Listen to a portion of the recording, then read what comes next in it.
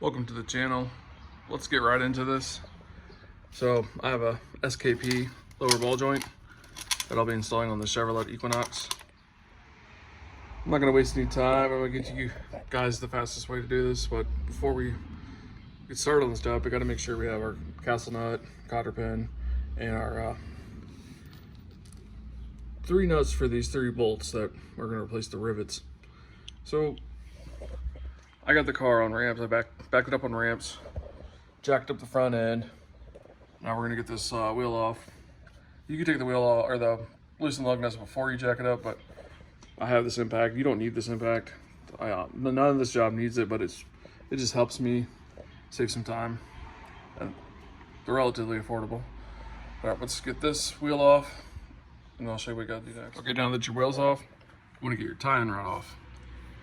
To do that, 18mm wrench, you just put it on there, loosen it. You really don't have to tap this that hard. You tap with the hammer there and just hit it up, and it's off. This way you gain access to, you can push this back and forth, and we got to get that cotter pin out of the castle nut. I kind of show you where this flathead is. It's on, this is where the open end of the cotter pin is. So I'm gonna pry up on it, spray some lubricant on it, and get it out. And then the castle nut's 18mm.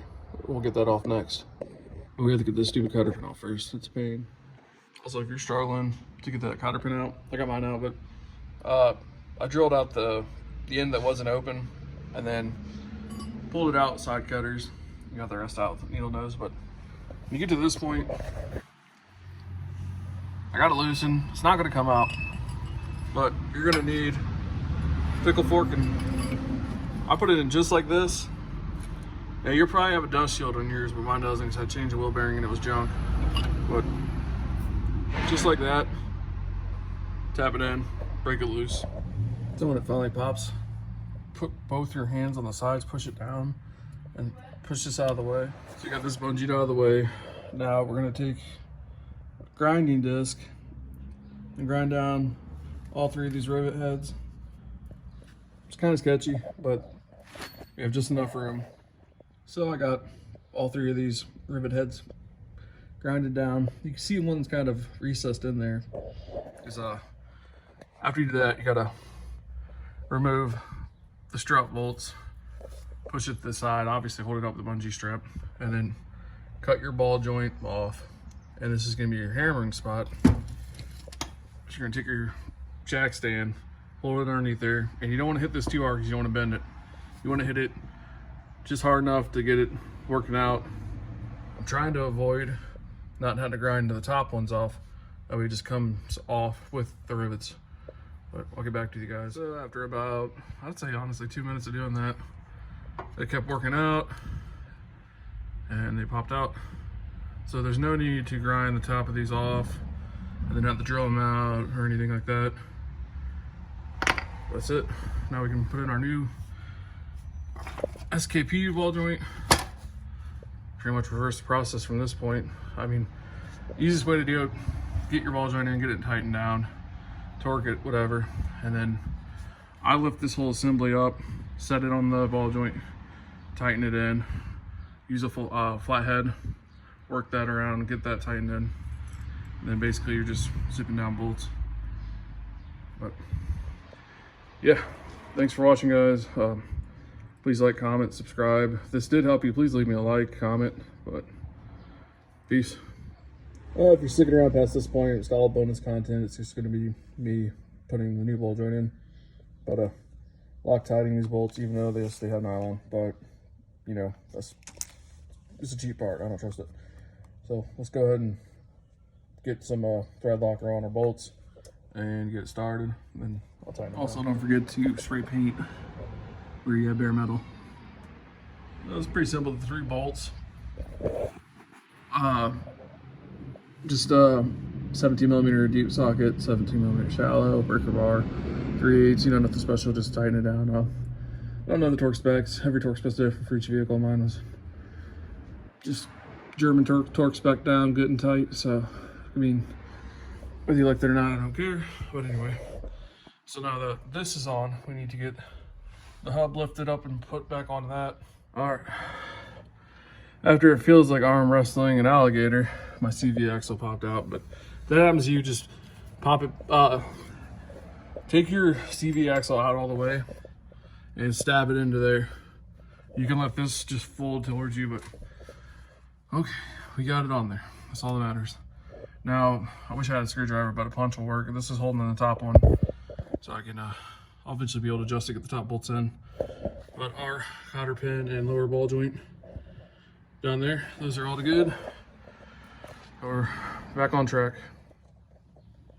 So now all I got to do is really straighten out the wheel and get the tire back on. The reason I even like knew my ball joints, where the ball joints were bad, is when I go to stop, when she went to go to stop, and anytime I drove it, like whole steering wheel would shake. And I'm like, well, after doing this hub, I noticed how bad they were. Like literally the boot was torn and all the grease was gone.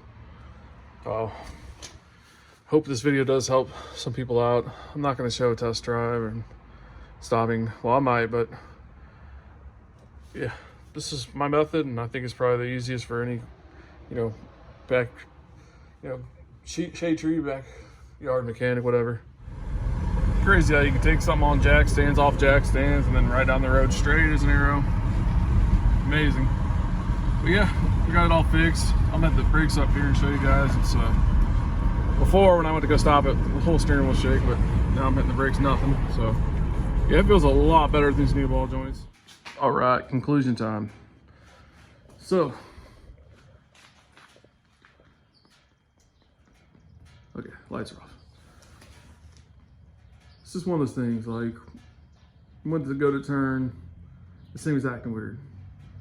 Take off, hit the brakes, shuddered like crazy, like just brake, suspension wise. But it's not that awful to do. I mean, there's plenty of other videos on how to do it, and I'm no mechanic at all. I just do stuff out of my garage. But I guess I'm trying to get up all this is just look over your crap and fix it. I guess, like, sometimes it's really not that hard to do it yourself, but I don't really know what's next for the Equinox. Tying rods, that definitely needs done. Love to do a timing chain, because I know the one, I think the guides broke on this, and it could go again, and I'm not trying to, get this engine replaced, because at this point, this thing is just not worth anything. So, frame is really rusty, but not structurally bad yet, but it's getting there. But yeah, that's it for the Equinox. If you made it this far in my video, thank you. Just, hit the like button, hit the subscribe button, leave me a comment, yeah. But doing shocks on this today. That's what's next. So their front left one's blown out, but I got a video coming up next for this truck. So stay tuned for that. Rebuilt the whole front end on this thing, basically.